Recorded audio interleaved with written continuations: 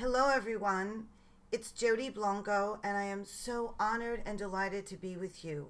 And I want you to know that even though this is a recorded video, that I am very much with you in spirit right now in this moment with my whole heart. For those of you who are attending NCEA convention in New Orleans, I hope that you can join my live session. And for those of you who won't be joining us in New Orleans, I hope that you find this recorded session helpful. For the next 30 minutes, we're going to talk about how to work in partnership with parents during stressful times, how to build and rebuild relationships, and how to fortify the school relationship dynamic with parents in this post-COVID environment. First of all, if you're dealing with a parent who's irrational, enraged, angry, condescending, resistant, defiant, all of those emotions are secondary emotions. Fear is what's motivating that parent's behavior. Fear of a lack of control. Most parents feel as if the school has more control over their kids than they do, because after all, you have their children most of the waking hours of the day. Since COVID, that fear of a lack of control is exponentially exasperated because a lot of parents are coming out of career and financial stressors due to COVID, so that sense of a lack of control is beating at them from all sides. And a lot of kids are internalizing that stress, so they're acting out in ways they never have before, often possibly at school. And so this combination of stress and anxiety is making challenging situations that you may have had with parents even before COVID even more challenging now. So remember, no matter what a parent is doing in terms of their behavior towards you, 9 times out of 10, look at me, it isn't personal. That parent is acting out in a cry for help. You know, I'm an anti-bullying expert and activist and survivor of school bullying. And I've been traveling the nation's schools for the past 20 years doing an anti-bullying program called INJA. It's not just joking around. During the course of that program, I've worked with so many administrators and so many teachers on handling challenging parents. And I've worked with a lot of those challenging parents. And what's really interesting and what I've discovered, I've always known that when it comes to kids, the bully is a child in pain acting out in a cry for help, and that bullying itself is rarely ever personal. What I didn't realize as deeply is that when a parent is terrified, when a parent is acting out upon that terror by behaving egregiously, that parent actually emotionally becomes that frightened child. So the bullying parent, everybody, is no different than the bullying student in that they are both afraid and acting out in a cry for help.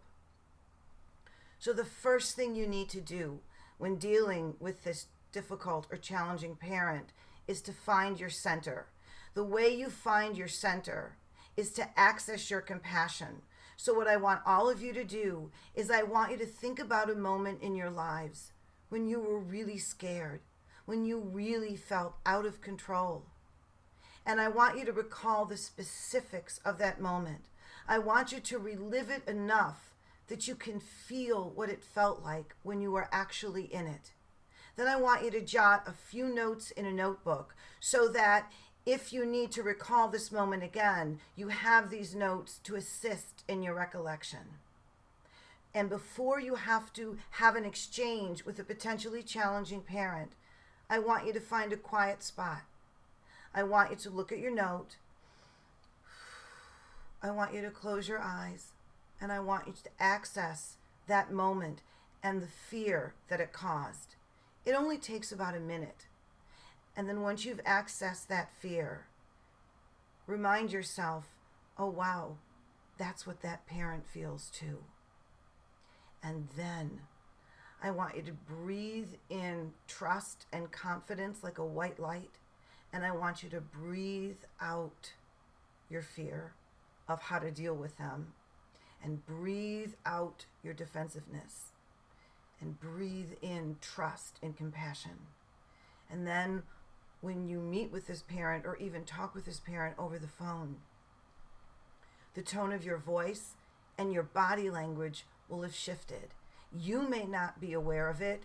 This is very internal, but the person on the receiving end, in this case the parent, will sense it on a very human subliminal level, and it will change the dynamic, and you will, with dignity and grace and compassion, have gotten your personal power back. So that's the first thing we do, is find our center by connecting to our compassion and using a sense memory from our own life to help us do that. Step number 2. When you get this parent on the phone, you're going to be tempted to be defensive. You'll be tempted to engage back at an equally aggressive level, because we're all human and that's human nature. I want you to resist. I want you to keep connecting to your compassion. I know it's hard, but you can do it. Now, I'm going to talk to you briefly about how to intervene with this parent, and I'm going to give you specific steps and scripted verbiage. But before we go there, and for those of you who have attended any of my presentations before, you know I always talk about this. It's a refresher for those of you who have already joined me in the past, and it'll be new for those of you who are joining me for the first time today. There's a difference between authority and emotional credibility. Authority is what you have over someone. Emotional credibility is when somebody trusts you and feels safe with you. Emotional credibility is achieved through 3 fundamental tenets of communication. Tenet number 1, specificity. The more specific you are when you communicate with someone, the more validated they feel. The more general you are, the more dismissed they feel. That's why kids hate the expression "we'll see," and parents don't like the expression "I'll get back to you." Now let's look at that for a moment. When we say to a parent, "I'll get back to you," in our minds, we're being responsible. We don't want to just fly off the handle or have a conversation with this parent without full knowledge of all the facts. So "I'll get back to you" is our genuine effort to respect that parent by only speaking to them when we have full knowledge of the facts, and also to give ourselves the time to regroup and assess the situation. So we're well-intentioned when we say "I'll get back to you." But from the parent's perspective, because they're upset, the way their filter filters it through their minds is, "I'll get back to you. That principal or that teacher is hoarding all the power. They'll get back to me." And so it makes them feel dismissed. There's a myth out there that if you have a difficult parent or anyone difficult or upset, that you want to give them time to cool off. In most cases, people don't cool off when they're freaking out. They fester. Think about yourself. Think about the last time you were really upset with someone. If that person were to say, "I'll get back to you," or "we'll see," is that going to make you feel better? Or is it going to make you fester? It's like when somebody says to you, "Calm down." That's a judgment. It makes you feel judged, as if that person is saying, "You have no right to be as upset as you are." So even though when we say something to someone, we may be well-intentioned and genuine and pure, depending upon where they're at emotionally, their filter may be faulty. So if we could anticipate people's faulty filters and then proactively adjust how we communicate, it's a game changer. And the biggest tool for facilitating this shift in dynamic is by connecting to our compassion, because it allows us to see everything through a different, more human, and more malleable lens. So you've connected to your compassion, and you understand about specificity. Now let's talk about the second tenet, which is immediacy, festering. So the sooner you can get back to that parent, the better. And we'll talk more about that and why when we go over our steps of intervention. The third tenet of emotional credibility in communication is my favorite as a professional writer: positioning and semantics. Simply put, present it the way you want it perceived. To give you an example of how that works, how often do we say to somebody, "We've got a problem"? And the minute you hear the word problem, it makes you retreat. It makes you go like this, correct? Whereas if somebody says to you, "We have a challenge," it makes you want to rise to the challenge. I never use the word problem. I always substitute it for the word challenge. And I also don't like the word solution and instead substitute the term plan of action. Why? Well, problem we just discussed, it makes you go like this. Solution is bad expectation management. Expectation management is about mutual accountability and about managing the expectations of others by how you communicate. Specificity is a really important part of expectation management, but so is semantics and positioning, our third tenet of emotional credibility in communication. The word solution puts all the focus on the end result, and the end result is the one thing we have the least control of. Also, there are some situations for which there is no actual solution. For example, if you have a child who has a chronic illness, there may be no solution to that illness, but there's always a plan of action, a way that we can work together in partnership to address that challenge and come up with a plan of action for addressing the situation. The word solution focuses all our energy on the end result and what we can't control, whereas the term plan of action puts all of the focus on what we can do together to address or change the situation, to make something more comfortable. Plan of action is about what we're going to do together. The journey of rising to the challenge versus solution, which is all about the end result and suggests promise. A promise of something that you may not be able to guarantee. So let me give you an example of how that works as we go into our intervention steps. And we've addressed some of them already. So step number 1, you're going to connect to your compassion through a sense memory, and you're going to find your center. Step number 2, if the parent is calling the office and you can take the call, do it. I understand you don't want to drop everything that you're doing, but if there's a way that you can do it, do it. So if you take the call, you can say to that parent, "Thank you. Thank you for calling."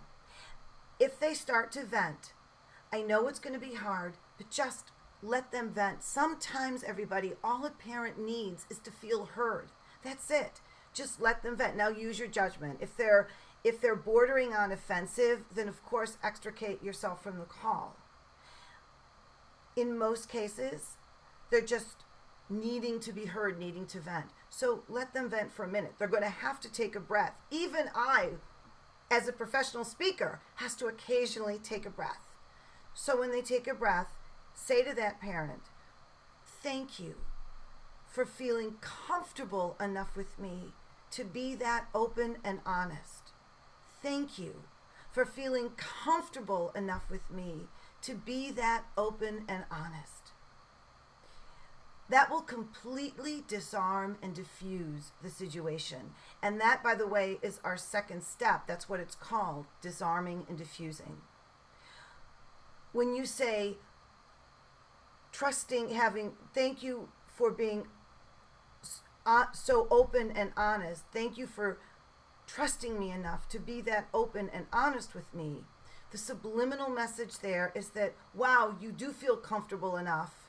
You do trust me enough to be that open and honest. And even if they don't feel comfortable, you're subliminally communicating that message. Subliminal communication is a cornerstone of communications mastery, because there's the overt communication, which is what we say, but there's also the subliminal communication of our tone, our body language, and also our third tenant, positioning. So by saying to that parent, thank you so much for feeling comfortable enough to be that open and honest with me, you are establishing that, wow, yes, they do feel comfortable. You're putting that thought in their brain. Also, when you thank them after they've vented and maybe are angry and perhaps their voices are raised, suddenly you've done something they completely didn't expect. You've completely flipped the script. I guarantee that almost every one of you who will try this, you will find that they will be stunned into silence for a brief second. And in that moment, our step number 3, you're going to say to this parent, you and your family, especially your child, are important to me.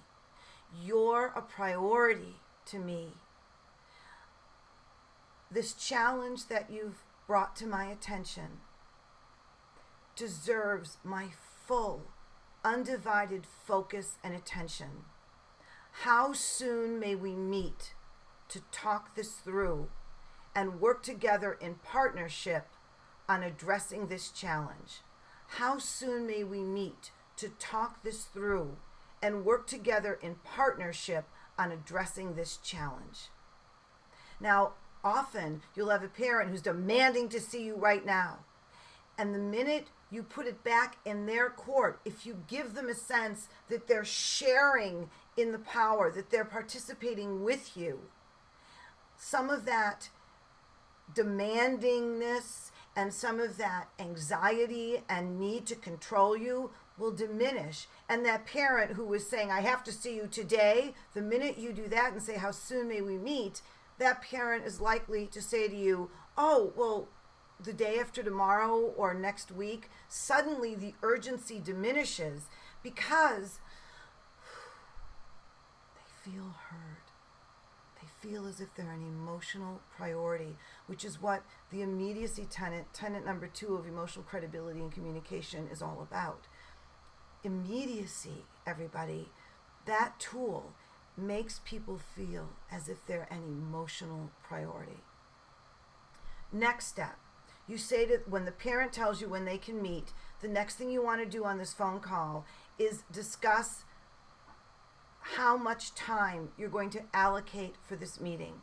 It's very important because sometimes a parent will come into a school for a meeting and the parent will think, oh, well, this could go 2 hours, and you're thinking it's only going to be 30 minutes, and that's bad expectation management. So be specific. Say to this parent, how much time do we want to allocate for this meeting? And if it goes over, we can always do a follow-up meeting. The rule of thumb, everybody, that I like is 90 minutes. Because if a meeting goes more than 90 minutes, it tends to devolve into redundancy. And they rarely, if ever, take 90 minutes, but then you give yourself that wiggle room. Then you're going to say to the parent, all right, let's set up a time and place for this meeting. Everyone, I prefer in person above all modalities. If you have to do it via Zoom, fine, but you need to be able to make facial contact and you need to be able to connect on a body language level. So let's shoot for the in-person for purposes of this video. So once you determine when that meeting is going to be, I want you to ask the parent, say, I'm going to send you a confirmation email, commemorating the details of our meeting. Is email good? And what's the best email for you? A lot of parents have multiple emails and things get lost. So be specific. Our tenant number 1, what email does she want to use or he want to use? Be specific. Then when you send the confirmation email, I want you to be specific. First, a great template. Dear, let's say, Maria. Let's say the parent's name is Maria Gutierrez. I also recommend, and I know not everyone will be comfortable with this, but it's really important that parents see you as their equal.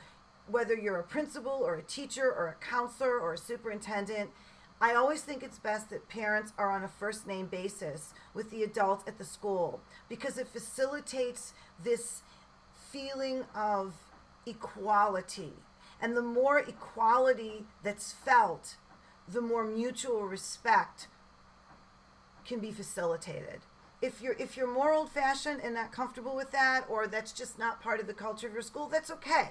It's just my own personal experience and just a suggestion as food for thought. So let's say you're on a first name basis with this parent.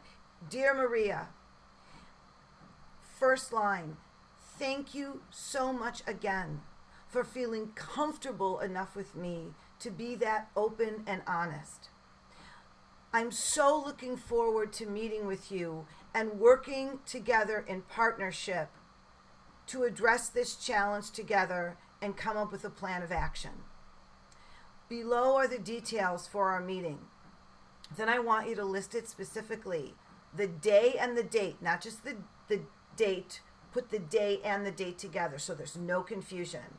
Under that, where the meeting's going to take place. Even if it's the school, put the name of the school and where, the main office, your office, the library, where's it going to take place. Also include the time zone. A lot of parents, and I'm one of these people that is in this dilemma often, we work and we live in so many time zones. Put the time zone of the meeting, put meeting duration, and put the amount of time that you've allocated for the meeting. And then at the end, do a closing sentence or two in your own words. Thank you again so much for talking with me. I am really excited to meet with you. And then you email that. And also in the email, I want you to put a little note, and I always highlight mine in pink. If any of you have gotten emails from me, you'll see this in pink. Please confirm that you received this email. Thank you so much. Okay? The day of the meeting. The day of the meeting. And I'm going to give you the basic steps for intervention, because then I want to give you some tips, and I've only got about 30 minutes here. The day of the meeting, I want you to make sure that you talk to your frontline personnel, your office administrative assistants. They are the frontline personnel of our schools. They're the first people that everybody encounters for whatever reason they're coming into the main office. And they're also the most undertrained in communication skills. That's something I do too, is do communications training for office secretaries and assistants, because they're so often in the hot seat. So let the office secretary know this parent is coming in, they're very anxious, so we want to really do everything we can to make them feel loved and welcome. Also, when you do the meeting, do it in a neutral location. Stigmatized locations are locations that have subliminal triggers for people. Neutralized locations are locations that aren't. You may have a parent coming in who had bad experiences in the principal's office or had bad experiences with a teacher. So if you're going to do the meeting in the principal's office, don't sit at the desk and then the parent is sitting where the student would normally sit facing the desk, because it may be a subliminal trigger. I recommend that you do any parent meetings or parent interventions in a conference room or any place that's not the principal's office. If the principal's office is the only option, arrange the chairs so you're sitting each other, not separated by a desk, or sit on a couch together, but you don't want to trigger subliminal memories of the parent school years if there are any negative memories there. Make sure that parent has something cold to drink or coffee or water and is comfortable. And then you say to the parent, the minute you see them, and remember, you're going to connect to your sense memory, by the way, before this meeting. You're going to find a quiet place. You're going to connect to your sense memory, that moment when you were really scared. You're going to remember what that felt like, so that when you walk into this meeting, you've done your centering exercise and your body language is open and compassionate versus rigid and defensive. You're going to say to that parent, thank you again for meeting with me and for having the courage to be so honest and open. Your child is very blessed to have you. Then you're going to ask the parent, by the way, it's important to me that I get everything down, that I really understand and hear what you share with me today. Are you all right if I take notes? They're going to say yes. That makes them feel even more heard, and it's beneficial for you to take contemporaneous notes. I recommend doing it on paper and not a device, because if someone's using a device, the other person can feel like, well, are they really taking notes or are they checking emails? If you're one of those people, like, I like paper, okay? But if you're one of those people that just really needs their device, that you take notes better on your device, then lead with truth and compassion. Be honest. Tell that parent, by the way, I want you to know up front, I'm not doing anything else on my iPad when I'm taking these notes. I really am present and here for us. But I'm just quicker taking notes on my iPad, but I didn't want you to think I was doing other work. Address that white elephant right away. Then you're going to begin the meeting, and you're going to look at this parent and say, let's discuss the challenge. Talk to me. And let this parent explain what the challenge is from their perspective. Then you're going to take that challenge, that problem statement, and turn it into a challenge statement. That's easy. A problem statement is a statement of what's wrong. A challenge statement is a statement of what we're going to do together in partnership to change the situation. So if the parent says, here's the issue, my daughter is flunking math, the challenge statement would be, we need to work together to come up with some creative ideas on how to excite Brianna, if that's the student's name, Brianna, about math and get her engaged. Then make sure that you agree on what the challenge is. So often, problems or challenges, I can use problem too sometimes. So often, challenges will arise because the parent and the school think they see whatever the issue is in the same way, but they don't. So in order for you to work effectively in partnership with a parent in any situation, when you're dealing with a particular issue, you both have to be on the same page from the beginning, because if you're not on the same page from the beginning, you're going to end up not in the same book either. So now you take their problem statement, that's probably how they're articulated, and then you turn it into the challenge statement. Then you're going to come up with a 3-point plan of action on how you're going to address this challenge together. Each action point should be no more than a sentence or two. You're going to agree on the verbiage of what it is. Then after you agree what each action point is, and only do 3 at a time, underneath you're going to put down tasks and responsibilities. So for example, let's say action point number 1 is, you're the principal, I'm going to set up a meeting with the math teacher to brainstorm creative ideas or ways to get Brianna excited about math. So for that one, you would write that down as action point A.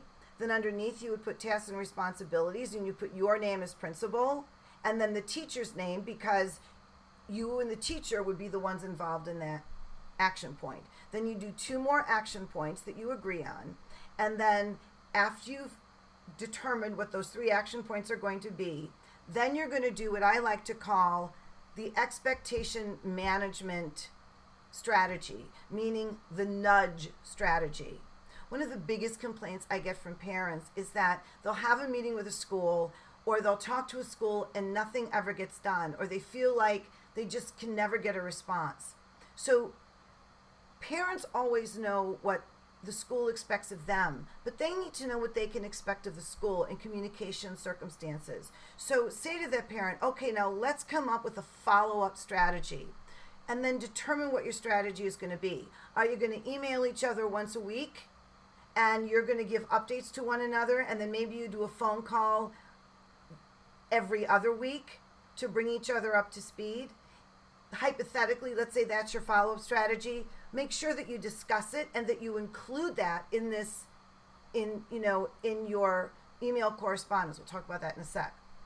So you're going to come to an agreement on your follow-up strategy, how often you're going to communicate and via what modality. And then you're going to have, as I mentioned before, a nudge strategy. And that's, you say to this parent, now, we're both human. So what happens if, like, I miss a phone call, or you're late with an email, life can get complicated and busy. How do we nudge each other? If one of us gets nervous, how do we nudge each other? And the parent might say, oh, text me on my cell. And you might say, you know what?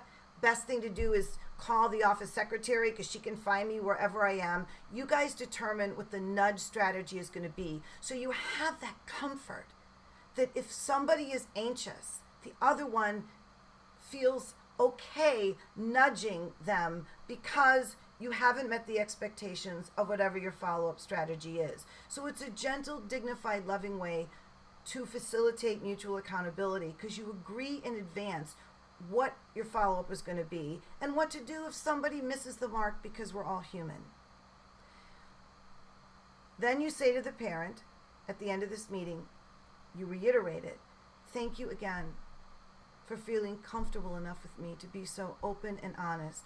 Now I'm going to send an email commemorating all the details of everything we discussed, and then give a time of when you're going to send the email. Here's a great trick, and I am notorious for this. This is one of my biggest failings that I am still working on every day.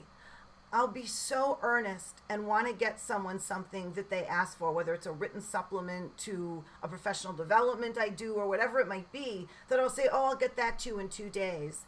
And I'm unrealistic. And so in 2 days, I have to call and say, hey, I'm running late. Can I get it to you next week? And that diminishes credibility. So be honest with yourself. Sometimes the biggest dilemmas we create for ourselves is because we're not honest with ourselves to begin with. So be honest with yourself. Say to yourself, how long is it going to take me to actually put together this email? So today is Thursday. I'd like to get it done by tomorrow, but that's not realistic. So say to the parent, you know what? This is a priority for me. What we're doing, our partnership is a priority. I have a heavy day tomorrow and Monday, and I want to make sure that I go through my notes and that I get this email right, because it's going to be our guidepost moving forward to help us with our partnership. So realistically, I'll get it to you next week by the middle to the end of next week. Better to give yourself a little extra time and then produce that document when you said you would, than be unrealistic and then have to ask for extensions, because that only diminishes credibility. Okay, and again, we're in that one together, because that one's a hard one for me too. Now let's talk about briefly some basic tips before we conclude this video recording. One of the greatest powers that you have available to you is truth. So if a parent says something that deep down you know they're right, that you could have handled a certain situation better, instead of getting defensive and letting that parent bring you down to their level of where they just want to argue, that's called descending conversation. You want to ascend the conversation and bring that parent up with you. So you can say to a parent, you know, you're right. I could have handled that better. Let's talk about how we can work together in partnership so that I do handle that situation better next time. There's nothing wrong with saying, you're right, I could have done that better, or you're right, I did make a mistake. Because the more defensive you get, the more the conversation will devolve. I'm not saying to feign blame for something when you genuinely feel you didn't do anything wrong, but be honest with yourself. Could you have handled whatever the parent is complaining about a little bit better? And if you could, there is nothing more graceful or beautiful than acknowledging that. Because no one has anywhere to go but up in a conversation when someone has the courage and the grace and the wisdom to do that. Also, try not to interrupt. When the parent is venting, it's human nature, especially if we feel attacked, to interrupt. Just keep connecting to your sense memory and your compassion and say to yourself, this parent is afraid, they're acting out in fear, this isn't personal. And let them vent and then engage. And again, if a parent is becoming abusive, you can extricate yourself. You can say, listen, you are one of the best people I know. And the way in which you're talking with me right now is hurtful. And I know you don't want to hurt me. I know that. So let's reconvene at another time when we're both in a more receptive place.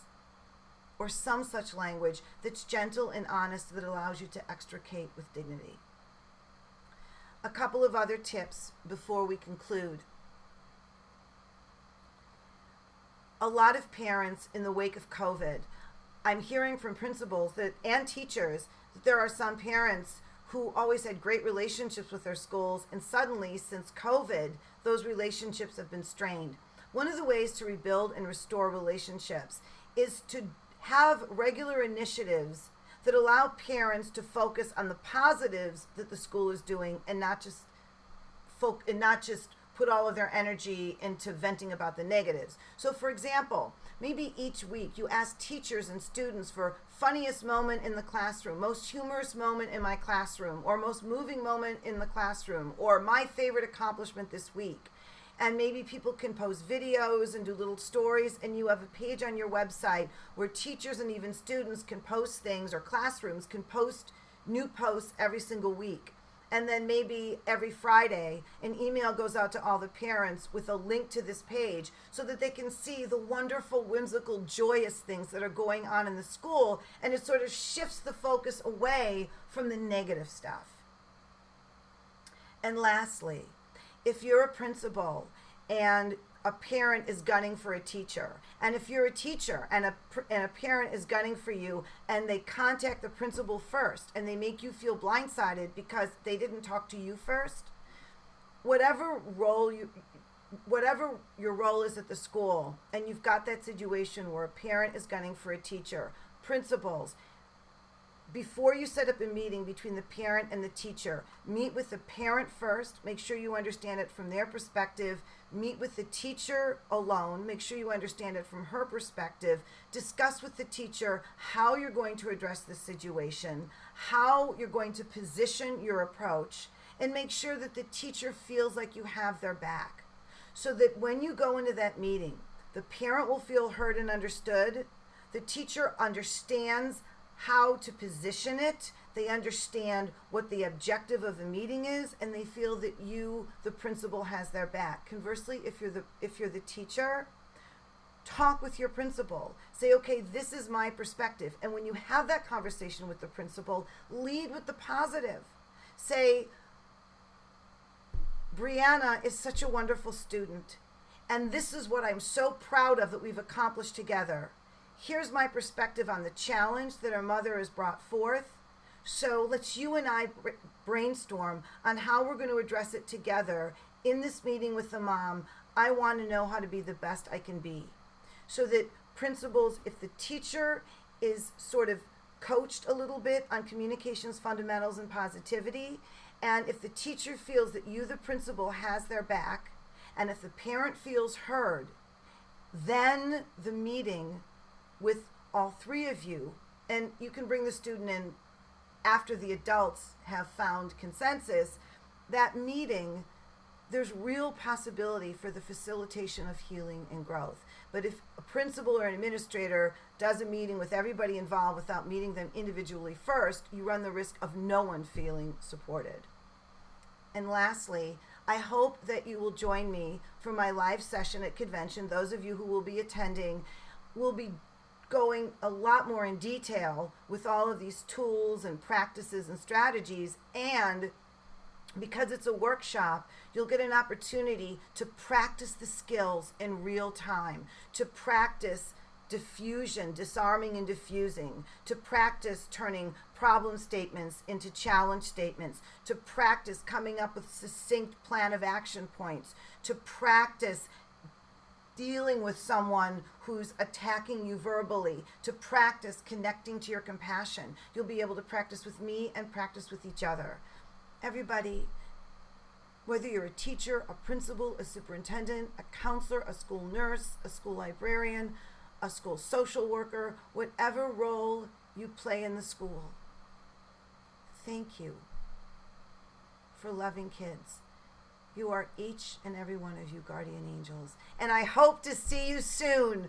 And if you're interested in contacting me for any reason, my website is jodiblanco.com, JODEEBLANCO.com. If you're interested in any anti-bullying information or information on my anti-bullying program or my work, or just want a friendly ear, please shoot me an email. I'm very responsive. And again, thank you for being guardian angels.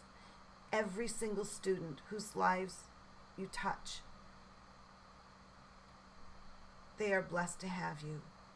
All the lives that you touch in every single one of your schools, each of those students and their parents are blessed to have every one of you. Thank you.